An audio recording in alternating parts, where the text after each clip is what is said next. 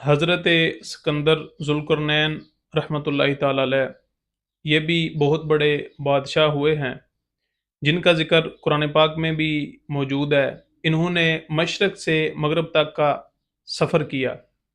रिवायत में है एक दफ़ा इस तरह हुआ कि सफ़र के दौरान आप एक ऐसी बस्ती से गुज़रे कि वहाँ के लोग अजीब किस्म के मामलात करते थे, यानी कि दुनिया का मालो मता उनके पास बिल्कुल भी न था। और उन्होंने अपनी-अपनी कब्रें पहले से तैयार कर रखी हुई थीं और जब रोज़ाना सुबह होती, वो कब्रों के पास जाते, उनकी याद ताज़ा करते, उनकी सफाई करते और उनके पास ही नमाज़ें भी पढ़ते रहते। ये अजीब लोग थे कि ये घास, पत्ते और सब्जियाँ वग़ैरह खाते और सारा दिन अल्लाह पाक की इबादत में मसरूफ़ रहते, रब्बे करीम की याद में सारा वक़्त गुज़ार देते। हज़रत ज़ुल्करनैन रहमतुल्लाहि ताला अलैह आप उस बस्ती के सरदार के पास पहुँचे, सलाम दुआ के बाद पूछने लगे कि मैंने जिस हालत में तुम्हें देखा है, तुमसे पहले किसी कौम को इस हालत में नहीं देखा। सरदार बोला, आप किस हालत की बात कर रहे हैं?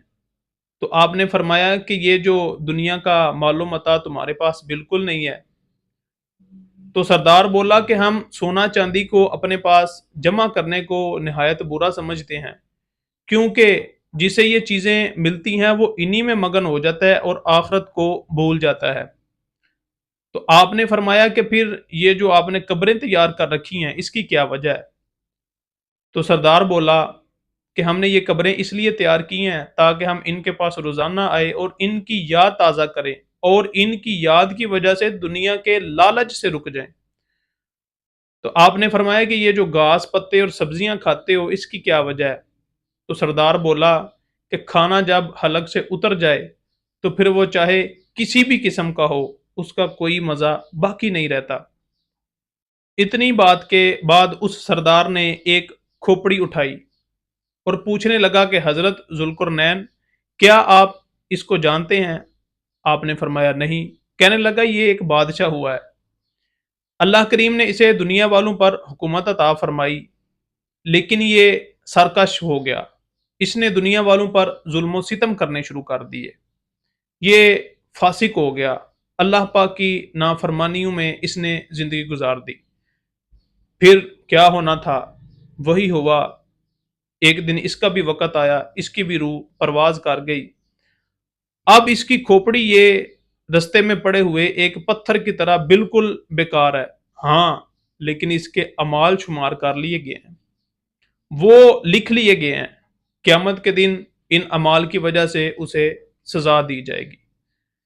उसने इस खोपड़ी को एक तरफ रखा, फिर उसने दूसरी खोपड़ी पकड़ी और कहने लगा कि ए हज़रत ज़ुल्करनैन, क्या आप इसको जानते हैं? आपने फरमाया नहीं। कहने लगा ये भी एक बादशाह गुज़रा है। इस बादशाह ने पहले वाले बादशाह को देखा था। उसका ज़ुल्म, उसकी ज़्यादतियाँ, उसके गुनाह ये बादशाह देखता रहा। अब इसको अल्लाह करीम ने हुकूमत अता फरमाई। इसने अल्लाह पाक के लिए आजिज़ी इख्तियार की, अल्लाह पाक के लिए ये डरा और अल्लाह पाक के हुक्म के मुताबिक अदल व इंसाफ के ज़रिए हुकूमत करता रहा। फिर एक वक़्त इसका भी आया, इसकी भी रूह निकल गई। इसके भी अमाल शुमार कर लिए गए, जिसकी वजह से इसे क़यामत के दिन जज़ा यानी अच्छा बदला दिया जाएगा। हुए नामवर बेनिशां कैसे-कैसे, ज़मीं खा गई नौजवान कैसे-कैसे। मौत आनी ही आनी है, किसी सूरत इसे टाल नहीं सकते। होना तो ये चाहिए कि जो ज़िंदगी गुज़र गई उस पर गौर व फ़िक्र करें और जो बाकी है उसके बारे में तवज्जो करें। जो पिछली ज़िंदगी में नेकियों में कमियाँ रह गईं, उन नेकियों को पूरा करने की कोशिश करें और जो गुनाह हो चुके, उन पर रब्बुल आलमीन की बारगाह में तौबा करें।